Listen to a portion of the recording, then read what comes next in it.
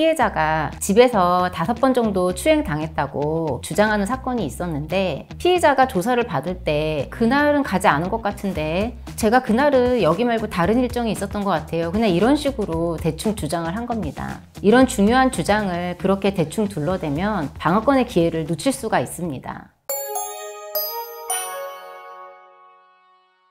안녕하세요. 검사 출신 형사 전문 박지영 변호사입니다. 한 해에 말 한마디 잘못해서 구속된 사람이 얼마나 많은지 아시나요? 저는 검사로서 12년간 재직하면서 조사를 받다가 말 한마디 잘못해서 구속수사를 받게 된 분들을 정말 많이 봤습니다. 성범죄는 피해자의 진술에 의해 혐의 입증이 가능한 범죄인 만큼 피해자 그리고 피의자의 진술 모두 굉장히 중요합니다. 오늘은 검사 시절 수백 건의 성범죄 사건을 다뤄본 제가 절대 해서는 안 될 말 3가지를 알려드리겠습니다. 첫 번째, 거짓말. 순간의 거짓말이 결국 족쇄가 될 수 있습니다. 경찰에서 조사를 받게 되면 수사관은 피해자의 주장에 근거해서 피해자와의 관계, 사건의 전후 상황, 구체적인 피해 사실에 대해서 물어봅니다. 그런데 당황하거나 불리한 질문을 받으면 순간적으로 숨기고 싶은 마음에 거짓말을 하는 경우가 정말 많습니다. 실제 사례를 들려드릴게요. 제가 담당했던 강제추행 사건인데, 피해자는 피의자가 속옷 안으로 손을 넣어 만졌다고 주장하고 피의자는 엉덩이를 만진 적이 없다고 주장하는 사건이 있었습니다. 피해자와 피의자의 주장이 완전히 배치되는 사건이므로 DNA 감정을 보냈는데, 이때 피해자의 엉덩이 부위에서 피의자의 DNA가 발견됐습니다. 그 순간 사건 분위기는 완전히 바뀌었는데요. 수사기관에서는 이럴 경우에는 피의자의 주장을 믿을 수 없게 됩니다. 결과는 어떻게 됐을까요? 구속수사까지 받게 됐습니다. 여기서 중요한 건 피해자의 말을 모두 인정하라는 뜻이 아닙니다. 방어권 행사 차원에서 실제 사실관계가 피해자의 주장과 다른 경우에는 반드시 적극적으로 그 부분을 주장하셔야 합니다. 그렇지만 사실관계로 기초로 주장을 하는 것이 중요합니다. 만약 주장을 하셨는데 객관적인 증거가 주장과 반대되는 결과가 나오게 되면 수사기관에서는 피의자가 주장하는 모든 말을 믿을 수 없게 됩니다. 그렇다면 오히려 소중한 방어권의 기회를 놓치게 됩니다. 그렇기 때문에 절대로 거짓말을 해서는 안 된다는 것을 명심하시기를 바랍니다. 두 번째, 추측성 진술.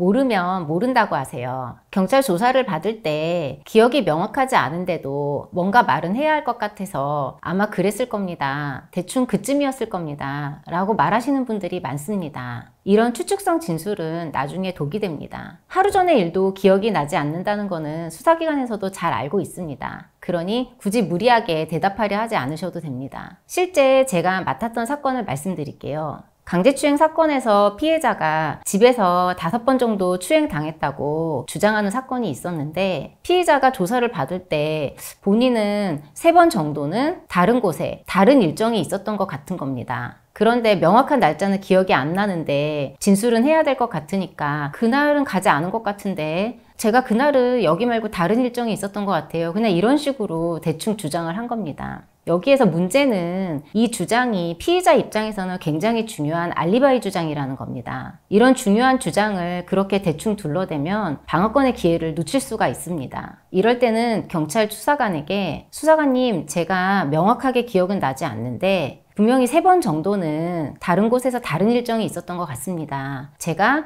자료를 확인해보고 객관적인 자료와 함께 날짜를 특정해서 나중에 말씀드리겠습니다. 이렇게 진술하셔도 괜찮습니다. 다시 한번 말씀드리지만 구체적으로 세세한 부분이 기억이 나지 않으실 때는 나중에 자료를 통해서 말씀드리겠다고 말씀하시면 되고, 절대 애매한 말로 넘기려고 하지 마세요. 그게 더 위험합니다. 세 번째, 피해자에 대한 비난. 피해자에 대한 비난은 2차 가해가 될 수 있습니다. 성범죄 조사를 받으실 때 경찰 수사관은 피해자의 주장에 근거해서 피해자는 이런 피해를 당했다고 하는데 이런 일이 있었냐, 이런 식으로 질문을 합니다. 그럴 때 본인이 그런 일을 하지 않았다고 생각하시면 억울한 마음에 피해자가 일부러 무고를 하는 겁니다. 혹은 합의금을 노리고 거짓말을 하는 겁니다. 이런 식으로 피해자를 비난하는 취지의 말을 하시는 경우가 있습니다. 그런데 이것은 절대로 해서는 안 되는 말입니다. 수사기관과 법원은 이걸 2차 가해로 받아들일 수 있습니다. 실제로 이런 발언이 피의자 신문 조서에 남으면 나중에 검찰이나 법원에서도 양형 판단에 불리한 요소로 작용하게 됩니다. 제가 실제 사례를 말씀드릴게요. 피의자가 이모부이고 피해자가 조카인 사건이 있었는데 이때 조카가 이모부로부터 강제추행을 당했다고 주장한 사건이 있었습니다. 그때 이모부는 조카가 SNS에 사실과 다른 글을 올린 것이라든지 친구들에게 거짓말을 했던 정황 등을 주장하면서 조카가 허언증이 있어서 피해 사실을 거짓말로 주장하고 있다고 주장을 했습니다. 그런데 잘 생각해 보시면 그 사실들과 실제 피해 사실이 거짓말이라는 것은 직접적인 관련성이 없습니다. 결국 이 이모부는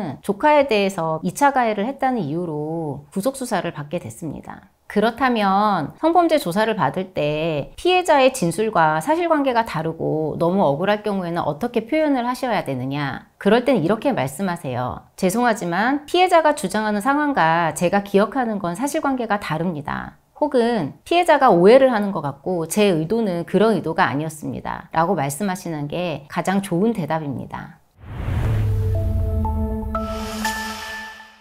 정리하겠습니다. 성범죄 조사에서 절대 해서는 안 될 말 3가지. 거짓말, 추측성 진술, 피해자에 대한 비난. 이 3가지는 반드시 피하셔야 합니다. 말 한마디가 구속수사를 받게 할 수도 있고 반대로 방어권을 지키는 중요한 수단이 되기도 합니다. 비슷한 사례로 고민을 하시거나 변호사의 도움이 필요하신 경우에는 저희 사무실로 연락을 주시면 성심성의껏 상담해 드리겠습니다. 앞으로도 형사사건, 수사 대응 팁에 대해 현실적이고 유익한 이야기들을 계속 전해드리겠습니다. 저는 여러분의 일상을 지켜드리고 싶은 박지영 변호사였습니다. 감사합니다.